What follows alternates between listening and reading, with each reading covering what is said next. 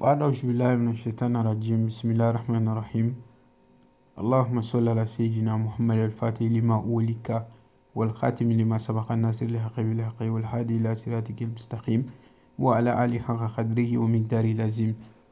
السلام عليكم ورحمة الله وبركاته. Alhamdulillah Rabbil Alamin. Mes frères et sœurs, je vous salue tous. Alhamdulillah, aujourd'hui je suis de retour. Après avoir reçu certains messages, j'ai décidé de vous partager parmi les plus grands secrets pour avoir protection contre djinns, femmes de nuit ou bien des esprits, donc même des sorciers aussi. Alhamdulillah Rabbil Alamin, ce secret est un secret très très efficace.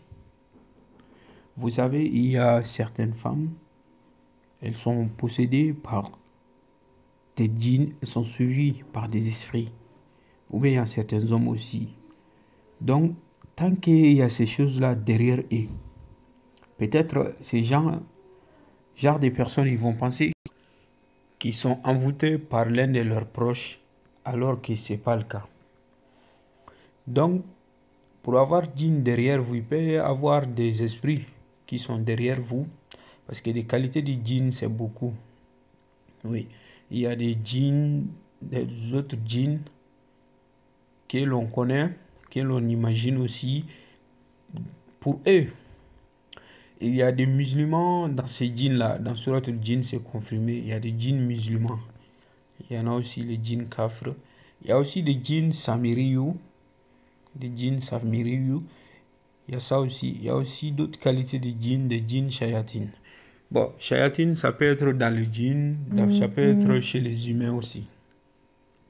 Donc, ce genre d'esprit, si ça vous suit, tout ce que vous faites, ça ne marche pas. Tout ce que vous faites, ça ne marche pas. Même si vous vous mariez avec une personne, donc la personne va vous divorcer. Au début, il y a l'amour, mais quand ça devient sérieux, il n'y a plus l'amour. C'est des djinns sayatines qui le font ça. Donc, aussi, ça peut être, vous savez, il y a certaines femmes, si elles se marient avec un homme, quelques années ou bien quelques mois, cet homme ne va pas vivre longtemps. Jusqu'à ce que la femme même ait la peur de se marier avec une autre personne, parce qu'elle est suivie par des djinns. Donc pour guérir ça, en vrai, c'est très très difficile. Oui.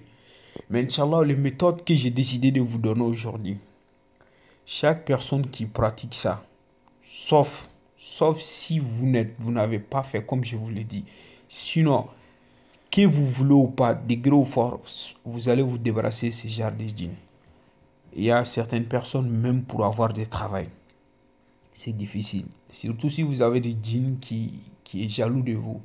Donc, ça peut vous empêcher de réussir.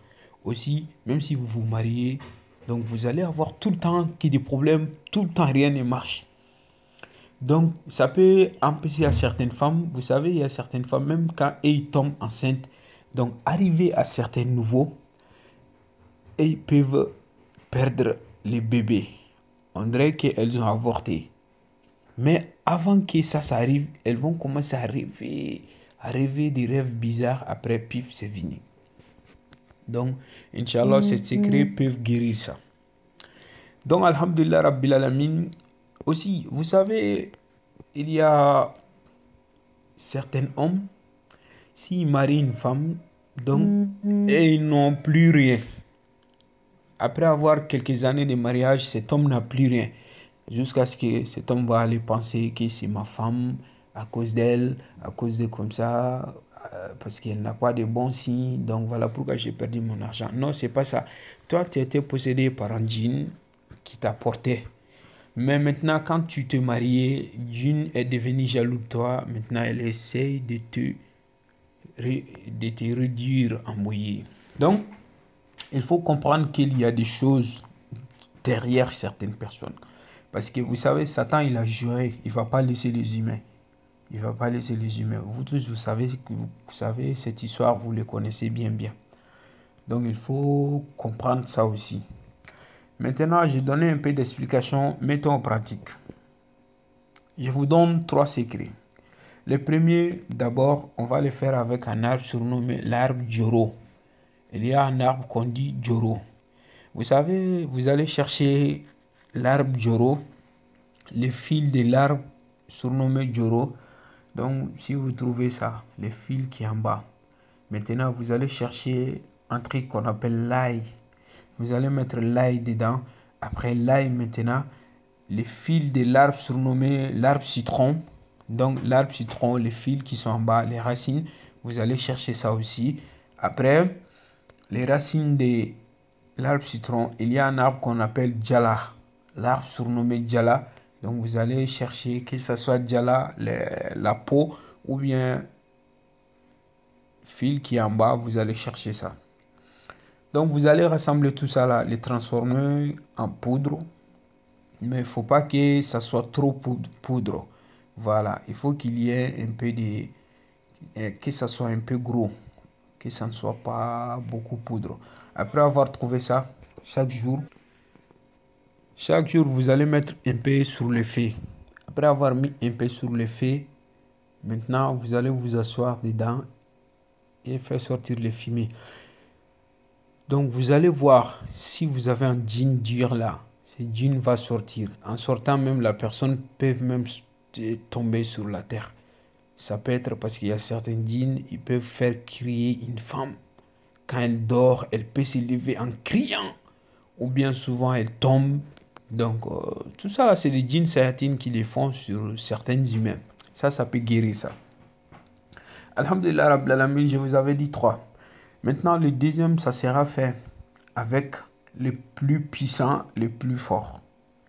Vous savez, il y a un verset qui se trouve dans Suratul Yasin, Salamun qawlan min rabbin rahimin.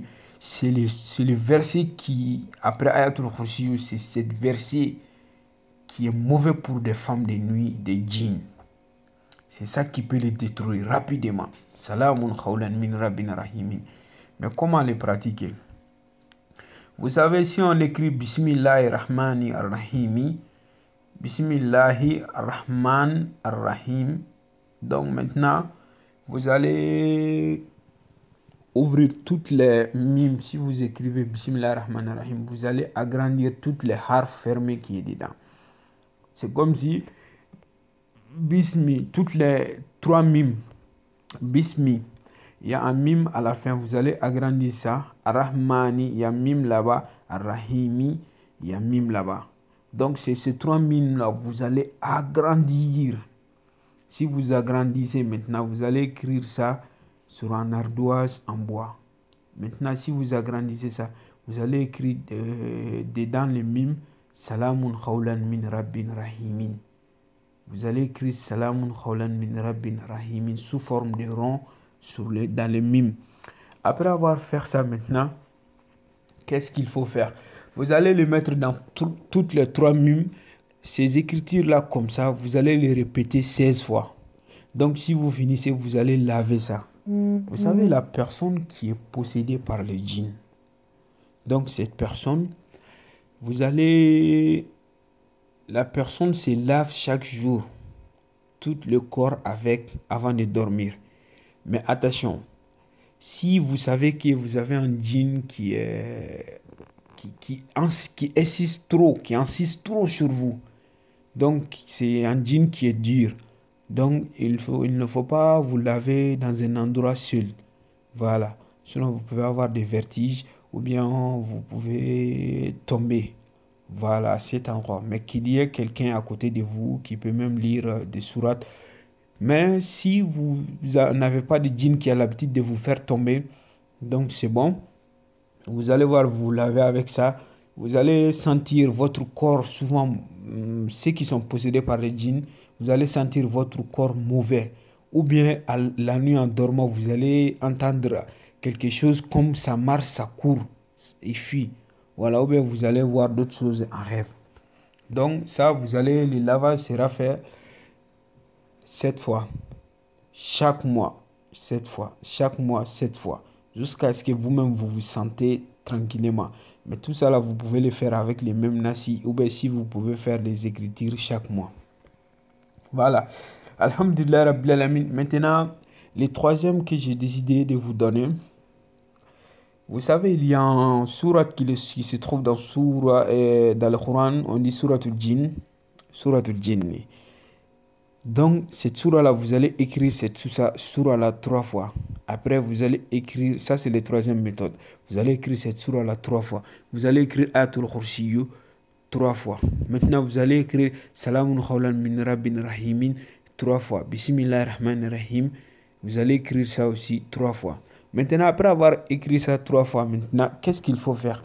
L'arbre, il y a un arbre qu'on appelle l'arbre Joro. Cet arbre, vous allez aller chercher ça, les fils de cet arbre.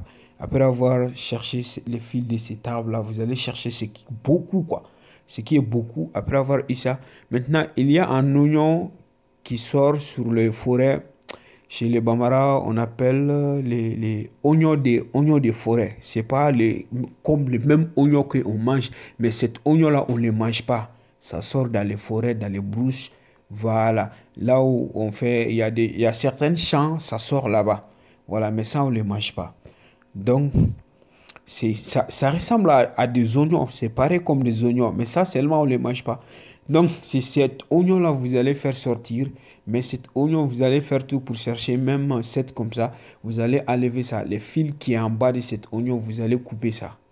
Donc, si vous êtes quelqu'un qui, vous n'arrivez pas à vous entendre, vous êtes une femme, vous n'arrivez pas à vous entendre avec un homme, tout ce que vous faites, ça ne marche pas. Si vous vous mariez, des divorces, même si vous vous mettez en couple, ça ne dure pas. Il n'y a personne qui vous aime, il n'y a personne qui veut être avec vous. Donc les djinns peuvent faire tout ça là, les djinns amoureux. Ben, vous n'arrivez pas à vous en sortir. Vous avez fait beaucoup de choses, des désenvoûtements, tout, mais rien ne va. Donc vous pouvez pratiquer ça. Maintenant, après avoir fait ça, maintenant, qu'est-ce qu'il faut faire? Vous allez transformer tout ça en poudre. Après avoir transformé tout ça en poudre, les écritures que vous avez fait, donc vous allez mettre un peu de nasila sur les poudres là. Après, vous allez les déposer sur le soleil. Quand ça sera séché, chaque jour, vous allez mettre un peu sur le feu, faire sortir les fumées. Donc, vous allez voir que ce soit des sorciers, des djinns, n'importe quelle chose qui est sur vous, ça va partir. Même la maison qui vous faire sortir les fumées, donc ils vont s'éloigner de là-bas aussi. Donc, Alhamdulillah Rabbil Alamin, aujourd'hui, je vous laisse ici. Que Dieu met la baraka à tous ceux qui veulent pratiquer ces secrets. Ne vous mettez pas en doute, même ceux qui ont des difficultés pour se marier. Donc, vous avez cherché fatigué. Vous avez eu des refus partout. Vous pouvez pratiquer ça.